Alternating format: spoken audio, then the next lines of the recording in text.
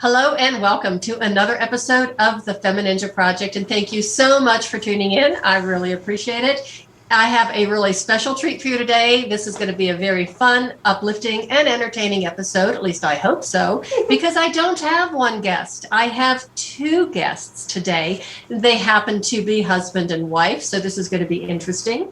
They are also the hosts of the Kris and Kristine Show, an uplifting and entertaining show from a dynamic duo who found love after divorce and share their journey through podcasting.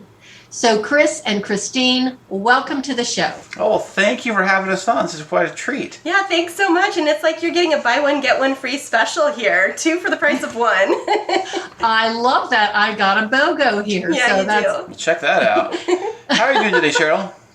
I'm doing fine. I'm having a wonderful day, a little bit, psychotic every now and again, but aren't we all? It's working out. Yeah, we are, exactly. And you two really are a very entertaining and dynamic couple. Well, I had you. the honor, you're welcome. I had the honor of being a guest on your show a few weeks ago, and it's really nice to be doing it on a different venue that I can now see your faces as we talk at the same time. So, well, yes. You get a sneak peek into the K2 studios. Yeah, the super secret, top secret K2 studios. And it really is. I can see why it's super, super secret. There's a lot going on in there.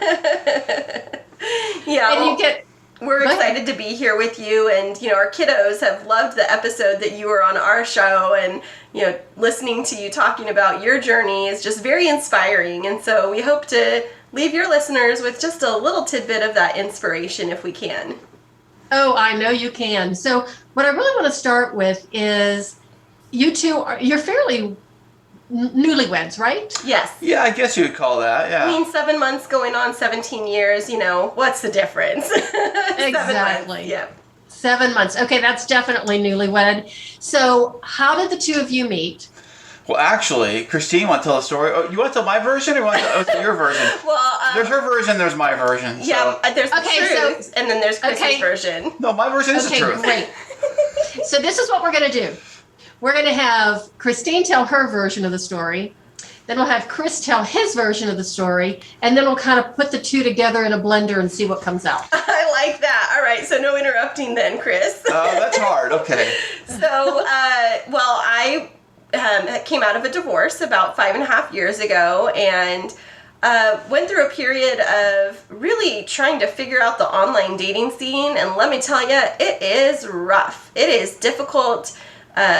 Getting catfished by people, and if you don't know what that is, Cheryl, it's where like somebody poses as like a widowed doctor and has like this amazing profile picture, and I want to give you the world, whatever. And I'm like, I could start reading through it pretty quickly, but it's like, okay, well, let's meet for coffee next week. Okay, honey, you pick the place. And I'm like picking a very specific place. Yes, can you come there? And can you send me an iTunes gift card? Just random stuff like that. And you're like, okay.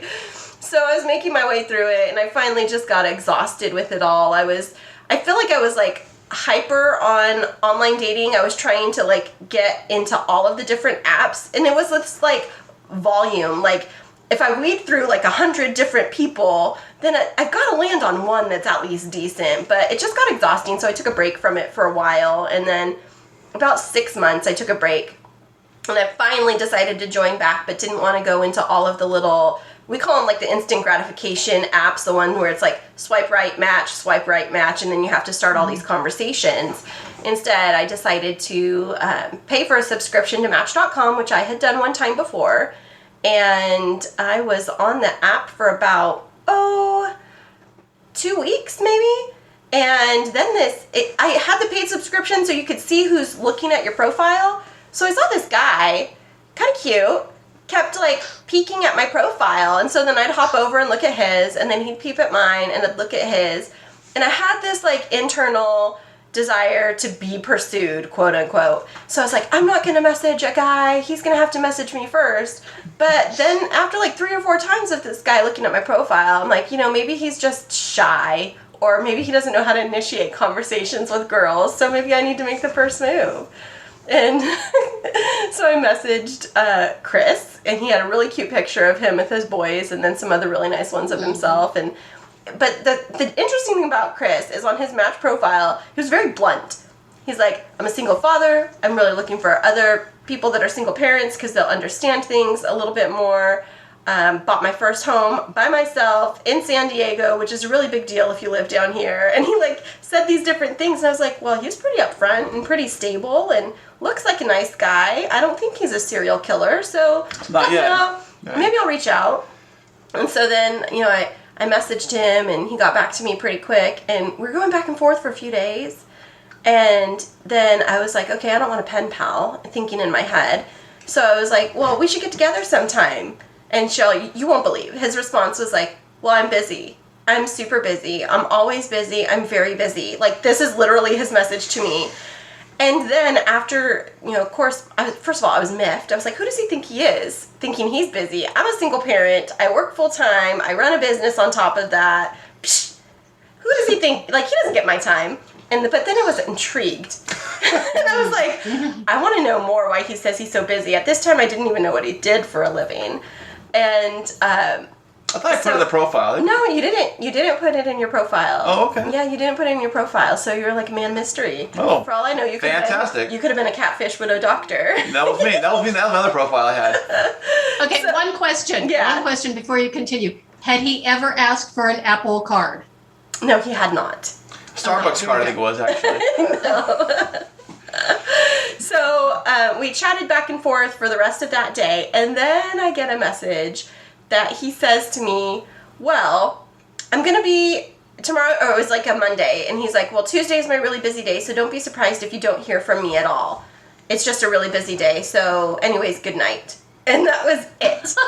He hadn't asked for my phone number or anything, so I wrote him off. I was like, forget this guy. I deleted all of the messages. I didn't unmatch him, but I deleted all of the messages. Delete all the messages. I got rid of them, and I was like, you know what? I need somebody that's going to have the time for me. And I like wrote him off. Well, then first thing on Wednesday morning, 10:15 a.m., I get a message through Match. Good morning, sunshine. Thanks so much for being understanding of my busy day. I didn't mention it's my first day back to work during the week, and I work nights. And then he started telling me the story, and I was like, what's his name? Because we all have like random profiles. I was like, oh shoot, I have to go into my email and figure out. Well, you set up your profile name with like whatever your favorite, like your email would be, Yeah. If you don't want to use your name, you like use something. user 2752 or whatever. Or like Sunshine Bear or something. Yeah. So I had to go into my email, and I was like, okay, what's his name? Oh, Kris. Okay. Oh, no problem, Kris. I totally understand. And from then on, he was like super chatty with me, asked for my phone number, and was kind of taking more of the initiative. So about, I don't know, 4 days later, I finally was like, again, I don't want a pen pal. So I was like, I'm going to try this one more time. And I said, well, we should get together sometime. And this was on a Saturday morning. He's like, how about tonight? And I was like, well, that's kind of short notice. And then he says to me, it's either tonight or 2 weeks from now, because I really don't have time for a date in between. I had no idea that he had his kids all the time with him, that he had no childcare. Like, I didn't know all these things. I was just like, who does this dude think he is? But against my better judgment, I decided to go give it an hour of my time for drinks, and that hour turned into 4 hours, and we have been inseparable ever since. Amen. There you go. Yeah. Wow. Well, that's quite the story, and it makes me very happy that I'm solidly married. You should And be, yes. I'm of the generation that never had to deal with online dating. Oh, sister. Yeah, it's a challenge because you do find a lot of it moves very fast. That's what I can say. It moves very, very quickly because in the time she was pursuing me and trying to like Pursuing you. Yeah, you're trying to woo me over. It's like I feel like I'm a shark. Da-da-da. No, but you get like a lot of other messages coming through from different people, and it's very at the beginning it's very superficial. It's all like, hey, how you doing? And you'll see from a girl, I'm sure a girl's perspective, she gets a lot of responses from guys, and most of them are always the same thing. Hey, what's up? Hey, what's up? Hey, what's up? How are you doing? Hey, cutie. It's like all that stuff. And then sometimes they may throw in something that's a little different, right? You get this one that's like maybe a little more in depth of what they actually read your profile, not just look at your picture. Like they'll mention something like, oh, you like such and such too, or something. Usually not, because it's moved so fast that you're going through as many, from a guy's perspective anyways, you're going through as many profiles as you possibly can. You know, so you get a list of, because Match will send you a list of like, here are your potential, dates in the neighborhood. So you look through them, you say, hey, what's up? Hey, what's up? Hey, what's up? Hey, what's up? Hey, what's up? and then you wait, and then you're like, oh, and they come back, and then. But I didn't even get a hey, what's up? He just kept keeping at my profile, and then you say to me, what do you say? Were you intentionally looking at my profile? Hey, what's up? No, you were like, you told me when I was like, you kept looking at my profile. Oh, you're probably just one of those girls that just flew up on my screen. Yeah, I didn't even stand out from the crowd, Kris. Wow. You're one of Match's suggestions, That's what it was. So, Yeah. but they used to do this thing. I don't know if they still do. They did this thing where, like, because you fill out your profile, you actually have to take a survey, and you survey the things you're interested in, like sports, hobbies, whatever it may be. There's like a bunch of questions. I know eHarmony. Was eHarmony? eHarmony does a lot of that stuff. Yeah. Now, Match will still look at your profile and like recommend people with similar interests. They match you up based on those things. But I know eHarmony is a bigger one. They cost more to do it, and they have like a 30-page questionnaire or something. Whoa. I got tired. I got fatigued. I was like, no more. Yeah, that's why they say they advertise on eHarmony. They say that they really do they precision match you with somebody, because they go through such a in-depth list of questions. Right. But you told me that you decided to actually chat with me after you saw my profile picture of me sitting on my convertible. Oh yeah, she had a picture of a convertible Camaro, and I was like, who's this chick? She likes cars too. He loves cars. As you can tell. There it is. Yes, I can tell. Signs behind us. Yeah. So I had a convertible Camaro at the time, and so that was pretty attractive to him. So I'd like to say that he fell in love with my car and then fell in love with me. Right. But the very second date, actually, after the end of the first date, I was a wonderful time. I never kissed on the first date. I gave her a nice hug, and I said, hey, can you want to come over to my place? I'll cook you dinner. And I was at first like, that seems a little fast. Like, I'm a little bit old-fashioned. But then he explained he had his kiddos with him, and he didn't have childcare again. He wanted to cook for me, and the kiddos would be around. But then I got nervous, like, oh my gosh, I'm meeting the kids on the second date. Did you tell your friends that you're doing this, and they were freaking you out, right? Oh yeah, I told a friend, and she was like, no, this is a red flag. And I was like, but people don't always get it. And that's the thing, is like when you are coming out of being divorced and you have children, a lot of your relationships, if you're very involved in your children's life, people that are divorced and dating tend to go like one of two extremes. Either their kids don't even know that they're dating and they think like if they're women that they're none, basically, until they're like ready to walk down the aisle. Or it's a family experience to make sure that it's inclusive. And for me, as a single mom living hundreds of miles away from my family, my son and I went everywhere together. And so I understood that he wanted me to meet his little ones, and they were just so cute at the time. They were 6 and 8. And just little imps, just kind of looking around the corner and like giggling. Ooh, who's that girl, Deborah? Yeah, Mm-hmm. They're already in their pajamas. He'd already fed them and put them to bed, pretty much, and so it was. Yeah, get out of there, kid. Okay. One other thing too, when you're dating too, I noticed that like you'll find like the single parent will ask grandparents or their parents to watch the kids and go out on dates and things like that. And I get that. That's all fun and dandy. But then eventually, at some point, it's got to merge. You got to have both. Mm-hmm. They have to meet the kids at some point, or the other person may. It can be really tricky too. So if you're dating somebody, if you have kids and you're dating somebody who does not have kids and they don't really want to have kids, it's really That'd hard. be tough. That would be tough. Yeah, and it is hard just in general when you go out onto the dating scene to find someone that doesn't see having children as a liability. Like when you've gone through a divorce and they're like, well, do you want any more kids? I'm like, actually, I'd be happy to have bonus kids, but I don't want to have any more myself because I kind of got it perfect the first time. So then, kind of people look at you almost as used goods. It's really hard sometimes. And so to find a partner like Kris, where we were both completely satisfied with the children that we had, and they're a little bit older, so now we're able to do more stuff together, and they're all boys. No diapers. Yeah, they're all rowdy and crazy. We have 3 boys together, and I couldn't have asked for a better life. Like, thank you, Match.com. Oh, so wow. sweet. You know what's funny? We actually wrote Match back .com back to get him as a sponsor for the show. No reply.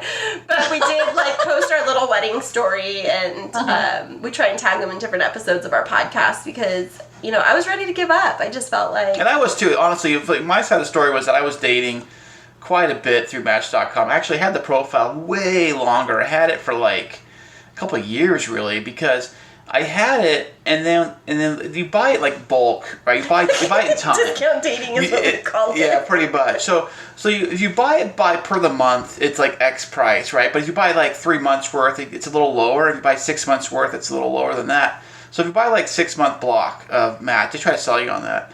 And then after going on dates and nothing really happening, dating one girl for a little bit, didn't work out, and then dating another girl, didn't work out, and I would do is like I would, because if you don't set the actual date it's going to renew itself, it'll automatically renew yourself for the full price. So I don't want that. So I would set it so that probably a week or so prior to it expiring, I would log in and go cancel. And I go cancel, and then Match would say, hey, hold on a second.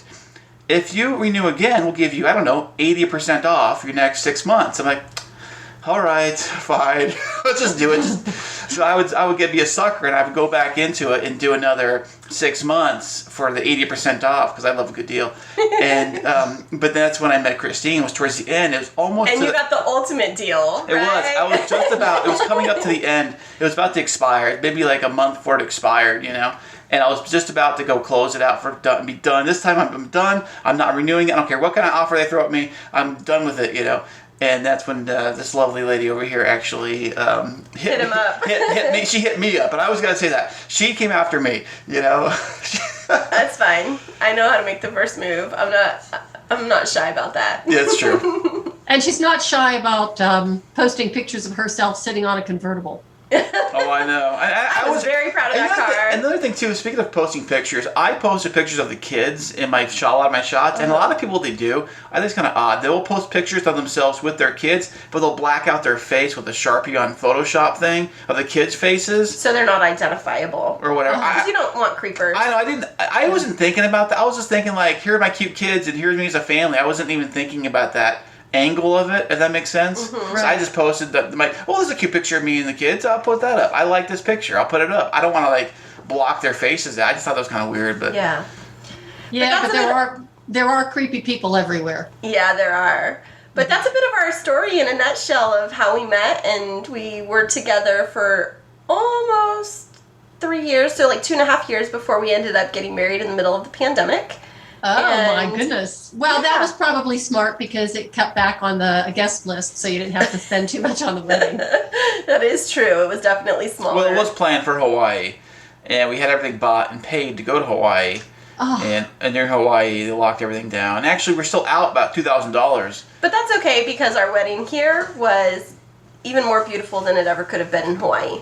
Well, my goodness, you live in paradise. I know, San Diego is so it's funny. I was talking to somebody yesterday about that, about moving out of the city and how you can buy cheaper houses and out of Michigan or wherever, And they're saying, yeah, but you got to deal with the weather. Even like San Diego costs so much more. Because I've only lived here. I've never lived anywhere else. So I can't speak on other places, so. But yeah. I can speak on other places. I'm from Western Pennsylvania. And if you spent your entire life in San Diego, you wouldn't want to go to a place like Michigan no offense, nothing against the state, but man, you have not experienced a winter until you've been back east. Oof. Oh, I know. Right? That's what I heard. And when we get some rain here, and I complain about it when it's cold and it's drizzly, I say, what is it, Seattle all of a sudden? And then we get the rain, it's like it's mistiness rain, and then it's really cold, and we've had some horrible downpours. It has gotten really cold. And it lasts, the downpour will last 30 minutes, but overall, it is a beautiful city, and we have a beautiful life, and beautiful kids, and a beautiful home, and beautiful future. Everything's beautiful. So are you originally from San Diego as well, Kristine? No, I'm not. I actually grew up, funny little story, in the middle of California in a really small town, and it is a Swedish village, and so it was immigrated by Swedish settlers a couple hundred years ago, and that's what the roots have been ever since. And so my sister's actually the mayor, so if you go to downtown, it's like the main street downtown, everything has like the cute little gingerbread cutouts. It literally looks like it's out of a scene of a Hallmark movie. I ended up getting to take Kris there for the first time during Christmas. the winter time, right before Christmas. And he got to experience like the big Christmas tree in the middle of town, the Swedish music playing down Main Street. It's called Draper Street. The little horses I get on top of? Yeah, there's doll horses everywhere. There are these carvings that are very a big part of the Swedish history from Dalarna, Sweden. And every May there's a Swedish festival. Every winter there's a Santa Lucia festival. And I grew up in this really small town. It was about 3,000 people when I was growing up, and it's about 10,000 now. Wow. And my parents moved there as newlyweds, and they've lived there for just almost 50 years now. Wow. I think about 45 years. And it's just south of Fresno. Yeah, it's south of Fresno, in Central California, and a big agriculture town. So I grew up with lots of friends and family that were in farming. Farming's huge out there. It's like, is there farming? What are the main jobs out there? Farming, and what else? The other and then people commute to work. Yeah, so, there's like basic medical and things like that, whatever it is to keep the city functioning. But then, other than that, people will commute out to some of the other towns to be able to have bigger jobs. But I grew up there with a pretty happy life, and parents were very hardworking. My mom went to college when I was 8. My parents have been married for about 50 years. I'm one of 4 girls, and spent my summers at the community pool as a lifeguard, swim instructor, and on swim team and playing water polo, and went to school with the same kids pretty much from pre-K all the way through 12th grade. And Kris likes to say I led a very sheltered life. Oh yeah. But I think that it's helped me to be a more glass half full kind of girl, because I had my own struggles. I went through a really severe illness when I was a teenager, and up through my 20s, and have had 2 sisters that have battled cancer, and amidst all of it, the same kind. And lots of different tragedy in my life, and then being a survivor of domestic violence in my first marriage, as well as some other really messy things. I think that I try to keep a pretty positive outlook on life, and I think a lot of that has to do with the way that my parents brought us up. We were in a pretty strict household, a very conservative household. Faith was really important. But more than anything, my parents from a very early age surrounded us with people that were very giving and very had very grateful hearts. And I think that from a very young age shaped me to be someone that is very happy with the simple things in life, and like just spending quality time with people. And so it's like when Kris and I are together, I'm so happy to just like sit and watch a movie, or cuddle up and read a book, whatever it is, swing in a hammock, write stories, read books. I'm a very hard worker. Kris knows this. I work really, really hard in my day job, and we work hard on the podcast, but I'm very grateful for how I grew up, because I think that it did a lot to help me see the world through maybe rose-colored glasses, which is okay. Mm-hmm. And congratulations, because you just earned your PhD. Oh, yes, my EDD from USC. Yeah, my doctorate in education. I just graduated in May. Very excited about that. Worked really hard to keep a 4.0, and something we celebrated. Yeah, as you can see the banner right there. I see that. So, Kris, what did you think of Kristine's hometown when you saw it for the first time? Well, you know what? Which are we talking about, Kingsburg or Fresno? Kingsburg, I think. Okay, because Fresno, I always say Fresno. I gotta go there. But no, Kingsburg, it's like very far. It reminds me of like even though it's California, you think, oh, you're from Cali, you're from California. Mm-hmm. There's a part of California in the very center of California where if you closed your eyes and you woke up there, you would swear you're in Kansas or Arkansas or somewhere in Midwest. You wouldn't even think that you're in California, because it's just flat, nothing around but farms and dust and water towers and big houses with lots of big front lawns and big front yards, and it feels very Midwest. That's why I was thinking of it.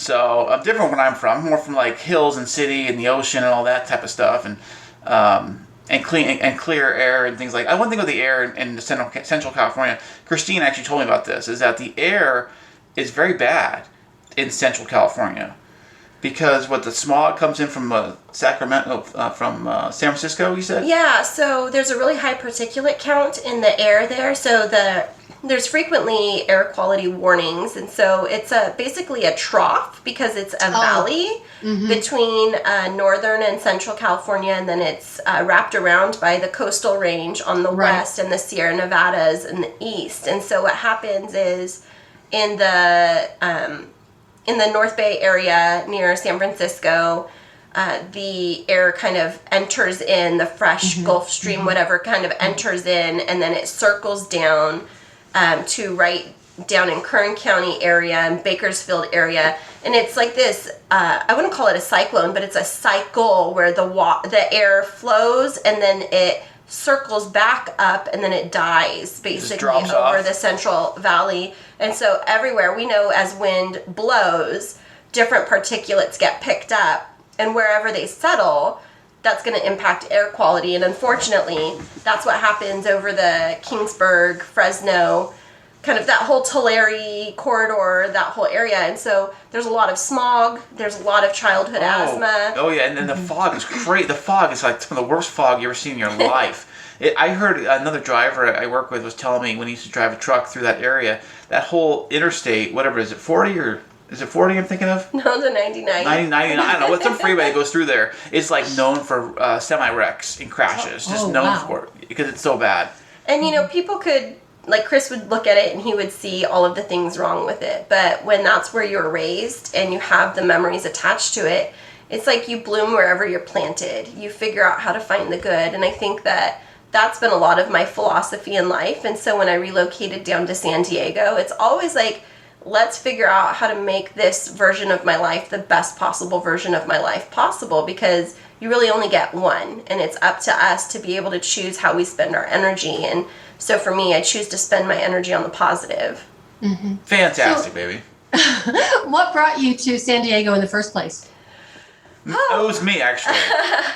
Interesting story. So, you know, I know we've been talking about being inspiring and light, but this is a little bit of the heavier part. So I was coming out of what I thought was a very good marriage at first, and then my bubble burst and the reality hit that there was some really horrible things happening behind the scenes. And I also, part of growing up and being very positive is also kind of like minimizing the things that have hurt you. And growing up with a severe adolescent illness that was incurable, you kind of learn how to tough your way through things. And so when other hard things come your way, it's like, well, it wasn't as bad as XYZ. And so when the instances of domestic violence started to kind of creep into the relationship, I really minimized them and didn't talk about them. And, you know, when the marriage imploded, it really became unsafe for me. It was like out of another one of those movies where you see the woman all of a sudden having to pack up everything to get out because she doesn't know if she's safe. It was one of those days. It was on a Father's Day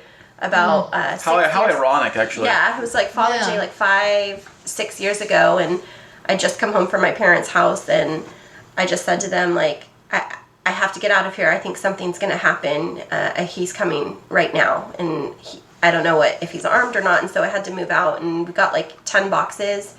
Moved in with my parents for a bit, and then I was trying to figure out what my next move was, because my former spouse worked for my same employer. He'd show up at meetings. We were administrators together. Kind of follow, like, see where I was going with my phone, and it was scary for a time there when somebody feels like they're ready to lose everything. You don't know what they're capable of, and so with the assistance of a local domestic violence shelter in Fresno, they helped me to relocate. I was offered a position in San Diego. I couldn't move out of the state because I wouldn't be able to transport my son out of the state. And I was ready to move with my son down to San Diego. I'd given notice at my job. And about 10 days before the move, I received notification that the move for my son was being blocked because you have to have permission from the other spouse to move the child out of the county. And so I faced a really difficult time. I had no job lined up in Fresno anymore. We were losing the house. We were losing everything because of the financial decisions of my former spouse. And I was, you know, finding myself being a really successful administrator. I was a school principal at the time, seemingly having it all on the surface, to now being in financial ruin and huge amounts of debt that I was completely unaware of, just broken. And I just viewed San Diego as my opportunity to figure out who I really am and how to redefine myself. And so for the first few years, I just tried that. And so Kris and I didn't meet until I was down here for almost 3 years. And I think that was really important, because one of the things we've talked about is when people go through divorces, if they don't do the healing work to really make themselves whole, physically, emotionally, spiritually, whatever that means for them, they're just going to continue to repeat those same cycles of relationship. I don't want to call them mistakes, but like the little snags, they're going to continue to hit that, or they're going to continue to gravitate towards the same type of people that will continue to harm them. And so it was really important for me to heal. And I would say, very honestly, if we were like talking with no filter right here, if I hadn't done the healing work, I don't think I would have gravitated towards Kris. He has a very raw sense of humor, and he just is very like shoots from the hip, and like he'll be brutally honest with me. And I think I was so used to people sugarcoating it. Yeah, sugarcoating it. That I had to get. It's that bubble. It's that bubble you were talking about. I don't know if that's it, but I just know that I had to really hit my low point and then build my way back up to figure out who the real me is and who I deserved to be with. And that's you, honey. Well, thank you. I hope so. My goodness. My goodness. I hope that answers your question, Cheryl. Yes, thank you. That was a very, and thank you for sharing, because that is a very tough story to tell. Yeah. But look at where you're at now, and the way that you were able to, I don't want to say reinvent yourself, but you were able to find yourself, find your own way on your own, with your son. Obviously with your son, you managed to get him out. No, I didn't. No. That's a caveat. Yeah, so he stays with us summers and then every other weekend and holidays, but I did have to make that choice. So I have him 50-50 on paper, but I wasn't going to move him halfway through every school year. It wasn't what's best for him. So, but he's doing good. He's doing good. He's here right now. He's actually...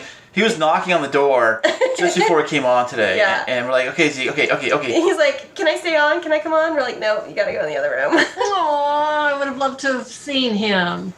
Don't let him hear that. Oh, He'll rap for you.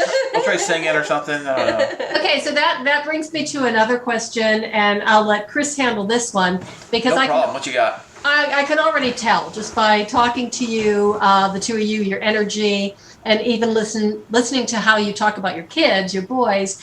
How do they get along? And what was it like introducing them to each other, introducing your boys to Kristine, and then Kristine, all of that, the dynamics of blending, two families. I just would like to hear a little bit about how that went. So the ages, when they met, how old were they met, remember? They were 6, 8, and 13. 13. But Ezekiel, he tends to play or gravitate more to the younger kids. Yeah, he does. So for him, it's like he's closer in line with Jacob, my oldest son, as far as Yeah, in terms of the type of play. So developmentally, my son's 16, our son's 16, and but he really does play well with younger kids. I mean, he definitely gets along with his same age, but like at church, he was always drawn to like going and helping in like the kindergarten class and trying to help be like a little Sunday school teacher. And so he loves to be a little leader and try to put together games and things like that with the kids.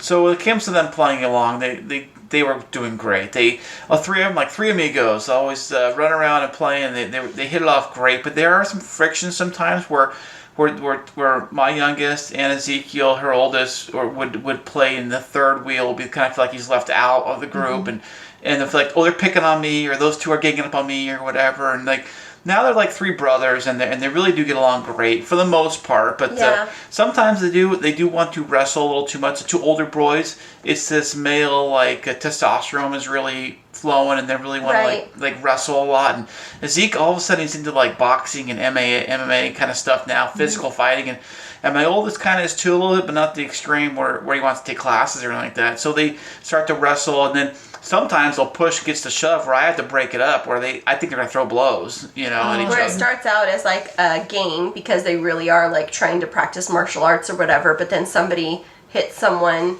or pushes them and they weren't supposed to actually make contact, and then it's a rumble. But what I will say is, you know, the boys, like Kris was saying, they've been together since they were a little bit younger.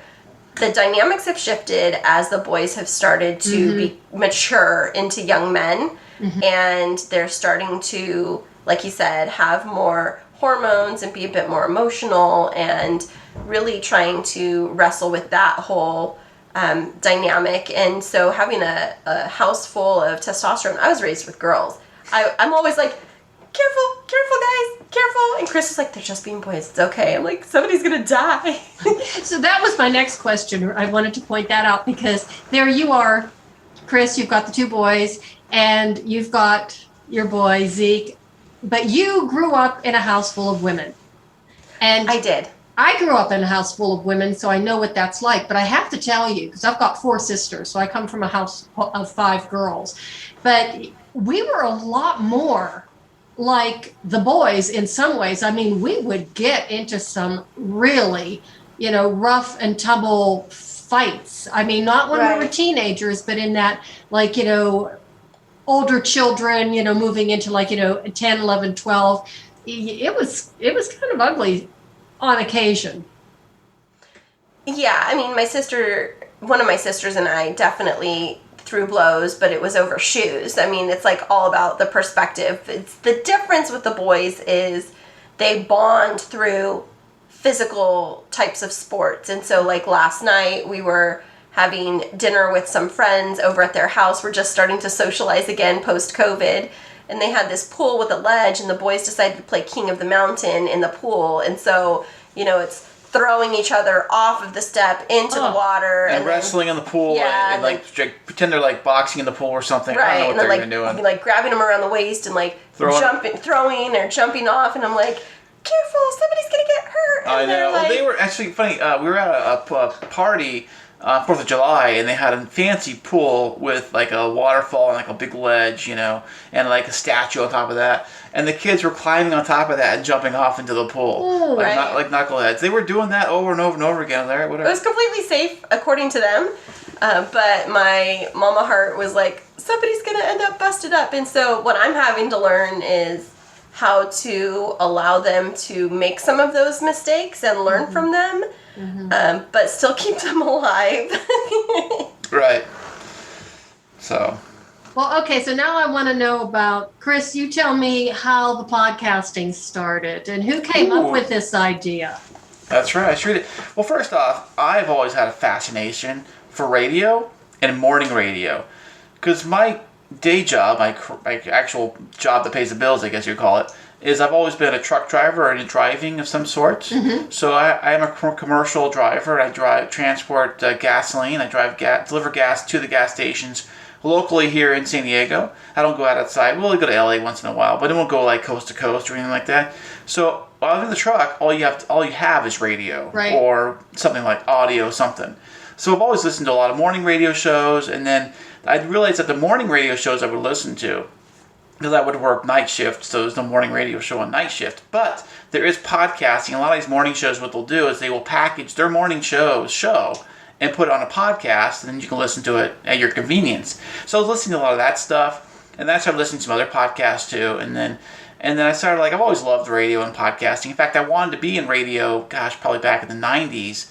I actually was in college radio at my college. I was a DJ over there for a short while. And I've even made, right after that, before podcasting even existed, I made little mixtapes with little microphones set up, kind of like this, and I would make little, like, DJ, like I would pretend I'd be DJing, and I'd have a song, and I'd record it on my tape deck, and I would talk over it and talk. What was your DJ name? Oh, it was CJ Radio. I love it. So I would have this little, and then I would take those mixtapes and I would send them out to my friends and family. This is all before podcasting. Right. You know, gosh, if there was podcasting back then, like there was like today, but back then, oh my goodness, totally game changer. But we had to do it the old-fashioned way with cassette tapes and all that. But back to the podcasting idea was that my oldest son Jacob had an Xbox here at the house, and he loved playing that stupid game Fortnite. I don't know if you heard about Fortnite. It's the game all the kids like to play, and it's online. And they're obsessed. Yeah. And they have the headset, right? So the kids plug the headset into their controllers, and they can like chat with their friends while they're doing the game and all that. So I ordered him one on Amazon. I probably paid like $15. It was not very expensive, like a $15 headset. But I got it in the mail, you know, and I'm looking at the thing, and it had this little adapter to where you can plug it into your computer. And my computer's got one little headphone jack in the thing. So I'm like, oh, okay, plug it in there. I put it on, and I'm like talking into it. I'm playing around, recording myself. I think I could do a podcast with this stupid thing. You know, and I'm trying to figure it out, like just playing around with it. And I'm like, well, I don't want to use this. I mean, I first thought I could do it with this headset, but I'm thinking like, well, I only have one jack on the computer, and I want to have a co-host. I thought it'd be kind of fun to have a co-host. And I knew nothing about Zoom. I knew nothing about any of this stuff. So I, hey, honey, do you want to do a podcast with me? And at the time, we'd been dating just over a year. And I was like, well, like, I don't know commitment level wise because I'm in school, I'm working full time, and I'm traveling every other weekend for Ezekiel. Well, I thought like Saturday. We were home on Saturday nights but together. His deal to me was, okay, well, what if we just do it once a month? Or every other week? I never said that. I said once a week. No, he said once a month. I don't remember. For the record, I don't remember saying that. Of course. I'll play it back for you.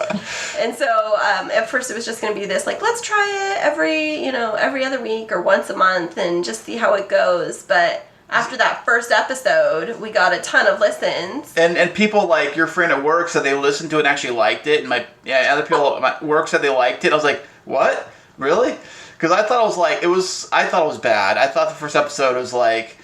I thought it was hilarious. We were talking about the Impossible Whopper at Burger King. Yeah, but it was so... Like, if you listen back to it, it sounds so amateur hour for us. Like, I was so nervous, and I was like, I don't know what I'm going to say. You know, and all that. But we went on Amazon. Because the thing is, too, is that we didn't know how invested we wanted to be in the podcast. Because it was still kind of like, do we want to do it? Do we not want to do it?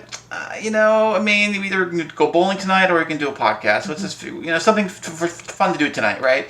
So I bought 2 of the cheapest microphones I could find on Amazon. I just went Amazon microphones, $20 or less, and I got one with a bunch of reviews. I ordered 2 of those, and the headphones. Actually, these are the same headphones I think I've still been using since I bought the thing. But yeah, we had that gear, and I was trying to figure out how to plug it into the computer and trying to figure out where is a free place to host and where's a free place to do some editing, and like whatever I can do for super cheap just to test it out to see if we even like it, because I'm not going to drop thousands of dollars on stuff to find out we're not going to do it, right? So that's why I was looking at it. It's like, let's just try this for fun, and so we did the first episode, and it was great. It was fantastic, and then we did it, and I was excited to do the second one. Yeah, and they were so fun in the very beginning, and then just a couple episodes in, we took a trip to the iHeartRadio Music Festival in Las Vegas, and that was right before episode 5, and so we came back, and we were getting ready to record episode 5 to give a review of the iHeartRadio Festival, and then Kris proposed to me in the studio here right before, and so then we had to figure out, were we going to talk about it on that episode or wait, and we decided to wait. Yeah, we waited till the following episode, the following week. So we could tell the kids and our family. Right, so we didn't drop everything right then and there. So, and probably about episode 20, like I was doing, because after I was constantly researching how to make a better podcast, like how to make, what kind of gear you should be using, what kind of equipment, how you should, you do the podcasting, how to do the editing, like learning. I was soaking it all in like a sponge, because I went in this thing totally cold. Only thing I knew of is I've heard stuff on the radio, I've heard other podcasts, but as far as like making it happen, like I had no idea how, like all the nuts and bolts, how it went together. So we finally upgraded our gear, probably around episode 20. We upgraded to better microphones, decent microphones, and decent hardware that you can plug into the computer, the actual interface. And it was like a night and day difference in like clarity and quality. It was so much clearer and crisper than the crappy microphones we were using at the beginning. And I think after that point, it really started taking off for us because it was more easy. It's all about the tools. How easy is it to actually do this? It depends on how easy the tools are to operate.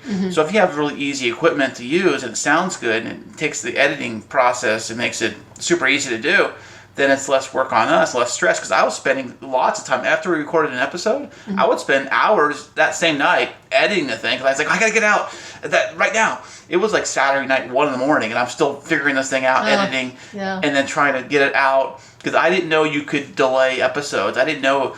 I thought you recorded and then sent it out immediately. I didn't know that you could record it, edit it, and then like send it out next week or something. I didn't know it worked that way. Oh, wow. Yeah. So we would, when we started to interview guests, that was another story, like a whole different learning curve. And so our journey was, we started out with hot topics. We would find some hot topic online. Then we went into lists of whatever. Like top 10 dating cities or whatever it was. Yeah, top 20 drinks to drink when you turn 21. Oh, let's go, yeah. And we were just trying to figure out what our voice was in the podcasting space because Kris wanted to do a podcast. He just didn't know, his vision hadn't really dialed in around what we were trying to say. What impact did we want to make on the world? And, we still wrestle with that a little bit because there's opportunities for us to kind of go back into that hot topic space, but what we've found is that people are really drawn to our stories and not just our stories of how we met, but our fun little adventures along the way. And so we still bring in guests because we love to bring in people that have lots of different life experiences, but we also make sure to balance it with allowing people to get to know us and get to know our journey. And I think that in the podcasting space, there's a lot of people that talk about relationships, but not as many people that are very open about the process of blending families and also working with your partner through podcasting. And we're very authentic. And when in this current age, we have so many people that try to clean up their life to look Instagram perfect, and we don't. While we are very family friendly, we don't filter our experiences. If we're going through rough stuff, we kind of talk through it a little bit and share some of our struggles as long as it's kid appropriate. Right. And we just try to be honest because I think that that's a thing that people have kind of lost grasp of, is that we're a world full of imperfect people just trying to figure out how to live our best lives. Well, and I think that sister. really people want to hear that. I mean, that's what makes you so engaging and people are drawn to you because none of us are perfect. And this past year and a half really proved that, with some of the things that we went through and trying to figure out how to stay connected, how to figure out, how do you use Zoom? How do you do this? And, a lot of us were figuring it out on our own. But you see all these other people out there who are so perfect. They've got the perfect life and all the perfect Instagram posts and the perfect, podcasts and the videos and stuff. And it's like, I don't want to see that. I want to see somebody who's real. That's it too. When I started listening to podcasts, when we started making our show, I started listening to other shows similar, like they were kind of starting out on at the same time we started out, to kind of hear what they're doing. Although you can't see what they're doing because it's all audio, but to kind of hear how they're sounding, what their show sounds like, how does our show sound? Because for me, it's all about if I can make this thing sound as good as anything I hear on the radio, then for me that's the ultimate goal. Make it sound as good as I can with without spending a ton of cash. Right. Keep it simple because you really can make something decent with not a lot of. We didn't spend a ton of money on stuff. I mean, considering the radio stations spend a fortune on stuff, but so I was kind of looking at it that way. And then when we started doing guests, the reason why I started doing guests is I thought guests would be kind of a cool thing to have somebody like you come into our little room here and we could all discuss whatever it may possibly be, or if you have an interesting story, we can talk about that on the podcast. But our very first interview we did, because we didn't know that world either. So all I knew of going into this was radio, and the only thing radio ever did was they did two things. They either did a guest in the studio or they did a guest on the phone. That's all I never knew they did. I didn't know about Zoom and that stuff. So I knew, well, I guess we can try it by the phone. So we had to rigged the computer with Google. Like, Google has a Google Voice thing, and we had to trick things up, and it was all kinds of like hoops we had to figure out how to make it happen. And the very first interview we did, I had to get called into work the night we had to do the interview, so we didn't cancel the interview. But Christine over here took care of the interview all by herself. But she did it with her phone. Oh, it was so bad. It was so bad. Her video, her audio, when she actually interviewed, it was great. Yes, but my questions were good. The quality was bad. Yeah, because it was all done on Google Voice. I haven't used Google Voice in a while, but what happened was, if you have a Google Voice account, you would call somebody. There is a recording feature built into Google Voice, and they will send you an MP3 file of the recording. It's super low quality. It's super, like, compressed. Super compressed, super low quality. So we got that, and we packaged it up, we put it on our episode, but I didn't know when I was editing, because I didn't know about editing, is that when you put a big lengthy file like that that's compressed that much, and you mix it into your entire episode, it brings down the entire quality level of the entire episode in the finished product. So I listened to our episode, that episode after I recorded it, I'm like, why does your episode sound like weird AM radio? Yeah. It sounded like bad AM radio, and I was like, ugh, what happened? And I'm Googling, what's that mean, and how do I fix this, and figuring this stuff out, and then I found out that's what happened. So shortly after that, I said, we got to figure out a better way to, like, if we're going to do a guest, to make it sound, first off, easy for all of us to do it at the same time, and so it sounds decent. Because I like to try to keep a certain level of audio quality on our show, if that makes any sense. Oh, yeah.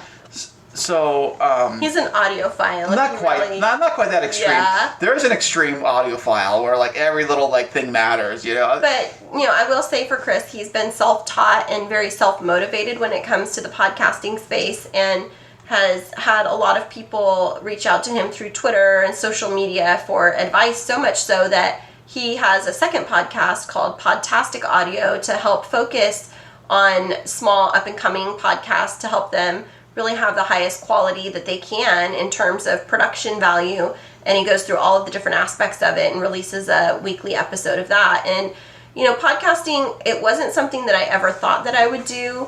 I was happy to come along for the ride with Kris, thinking it was just going to be like occasional commitment, but it's a regular thing, and it's part of our life now. And so much so that our boys, even though they haven't released an episode lately, have their own podcast, and they love doing it. And it's funny because we'll hear them starting to, like, try and emulate some of the things that we do. And, it was funny. Like, Ezekiel dropped a commercial. Yeah. I did a commercial on our show, a sponsor, and Ezekiel heard it. He's our 16-year-old. Yeah, he heard it, and so on their show, he said, this episode's brought to you by such and such, and the boys are like, what? What are you talking about? But also, like, when we come back from family vacation, so last year we went on a family vacation, a road trip to Zion, and we did a whole episode in our podcast about it, but then the boys wanted to talk about their perspective of the vacation and their favorite parts. And it's really interesting when children see their parents pursuing their passions and teaching themselves and overcoming the odds, how it teaches them to try something new too. And so the boys like lots of different things now. So it's like, well, let's do a YouTube video, and let's do a YouTube channel, and let's get a merch store. And they don't have all those things. But again, it's that power of, chasing after your dreams and making that visible for others. And like for Kris, with Podtastic Audio, being able to take this learning from the Kris and Kristine Show and put it out into the Twitter space, and people start asking for advice. He's now empowering other people to chase after their podcasting dreams, and it's just like the ripple effect.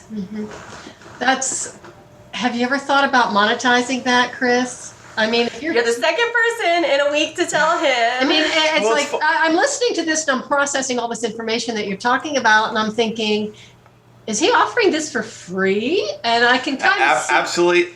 Absolutely sure I am actually absolutely. But you're the second person in a week to tell him he should think about monetizing. Well, there are a lot of if you look on YouTube, there's a lot of courses. There's a lot of like podcast help like classes, but not with CJ Radio. Oh, excuse me. But no, I was thinking about doing like a consulting or a course or something like that. I was thinking about doing that, but then I'm like, I barely have time to do what I have to do right now. And I just and I already had the equipment, right? I already had the stuff. So I'm like, well, I know how to make, I already know how to do this. So when it comes to podcast audio, I think the best thing for me personally is to just hear it. So if I'm trying to show you an example of what this sounds like using this equipment or using like doing this thing on the computer or this trick with the editing, this is what it sounds like. And if we're talking about an audio podcast, an audio only podcast, then I think just listening to it is an example. So the service that we had you come on with is our favorite recording service for, and it's called Clean Feed. And we discovered Clean Feed early on, probably in episode 25 or so. We discovered it, and it was such a game changer because we were doing a few test runs with Kristine, and I were just playing around with it. I said, it was free to use, like the free version. I mean, we were playing with it, and I'm like, Kristine and I did like a test thing, and we played it back, and I said, honey, I don't think I can tell the difference between you being in this room or you outside this room. It's like that good. And so I'm like, I think we have guests come on here and make it sound as if the guest is here physically in the same room. And to me, that's like the ultimate goal is like, it's like have people in the studio, but not be in the studio, if that makes any sense. And they make it so simple and easy to use. Their interface is so easy to use. In fact, on Podtastic Audio, I actually had a chance to talk to two of the creators of Clean Feed on my show, and we had like an hour chat. It was wonderful. They're really amazing. They're from London, so they have that real thick London British accents and all that. So they have a background in radio and audio and all that, audio engineering and all that stuff. So it was really fun. It was very humbling to have these guys. The guys that created the tool that I use to do the thing that I do, I got a chance to talk to on my show, which is that's amazing. Very inspiring. Yeah, that's amazing. That had to have been, like a huge coup for you.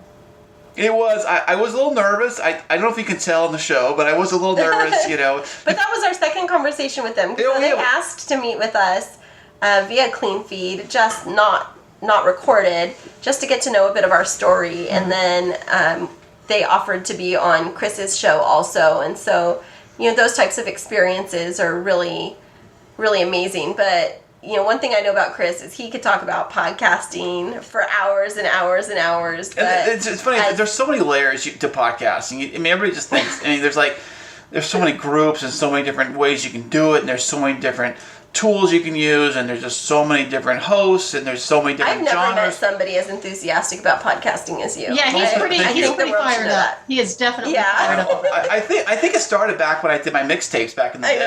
I know it did. If I had podcasting back then, oh my goodness. Or back then when you were doing it, if you could have looked into the future and seen how podcasts would take off, and you would be just, I would have jumped, honestly, I probably would have jumped on it earlier. Yeah, I feel like I waited a little too late to podcast. It's never too late. You had to find the perfect co-host. I think that's what it was too. It definitely was. Because I think podcasting really started off, I think probably 2005, maybe 2006, 2009. I think is when it actually probably became mainstream. Maybe 2009. That's when I first started listening. It was 2009, I think. Yeah. Well, you guys have done an incredible job, and I really take my hat off to you. You have a fantastic story. Just the story about how you met, how you fell in love, the online dating. Ooh, wow, that's a whole new world. And then doing the podcast and having your boys together and blending your families. I mean, and you're a lot of fun. So thank you so much for being here. Well, thank you. So, I'll say that I wasn't quite as much fun until Kris came in my life. I took myself a lot too seriously. So I thank him for helping me to loosen up. Oh, you're welcome, babe. I would think that it would be hard to be too serious if you're around Kris all the time. You do have an amazing sense of humor, Kris. I love that. And I just think you're both amazing people, and you're a lot of fun. So tell us again on air how people can find your podcast. Sure. So our website is www.krisandkristineshow.com, and that's Kris and Kristine with K's. And Podtastic Audio is there's the third page on the website.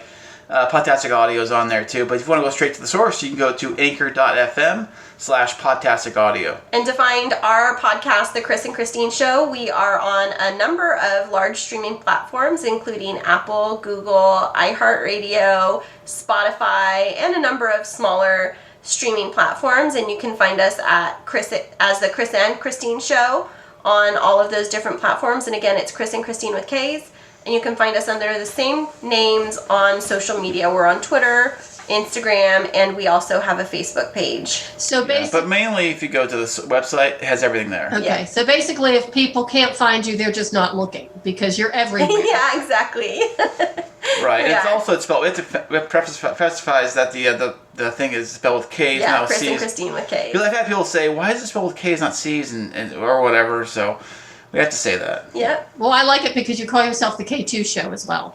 Yep. That's where that came from, actually. Yep, K2 Show In K2 San Diego. K2 Studios. And where's that sign at? I Yeah. have a sign somewhere around here. Says Oh, here it K2 is. Studios. Here it is. Let me see. I don't know if you can see this. It's upside down. Yes, I Well, love the that. listeners can't see it, but everybody else can. Yeah. So. Well, that's great. Well, thank you guys so much. I gotta hang it, actually. I got. That's my job to hang it one of these days. But you can't hang Here. it. You can't cover the cars in the background. You can't. Exactly. I know. So I know. you have a little bit of a dilemma there. Right. Yeah. Well, thanks again so much for being on the show. I really appreciate it. And you know, I love talking to both of you. And one of my goals was to have a very uplifting and entertaining conversation, which we certainly have. So it's especially too with some of the things that you've gone through, Kristine, to see you right now at this point in your life, so happy, just having fun. And just enjoying, you know, all the blessings that life has to offer is really very inspiring. So thank you both for being here. Thank you for having us. Well, thank you for having us. And everybody, thank you so much for listening. I really appreciate it. And do make sure you check out their show. They are such a fun couple, as you can already tell. Go to their social media sites and see what they're up to. Stalk them a little bit because I don't think they would mind that. No, we wouldn't at all. And that is the way of the FemiNinja.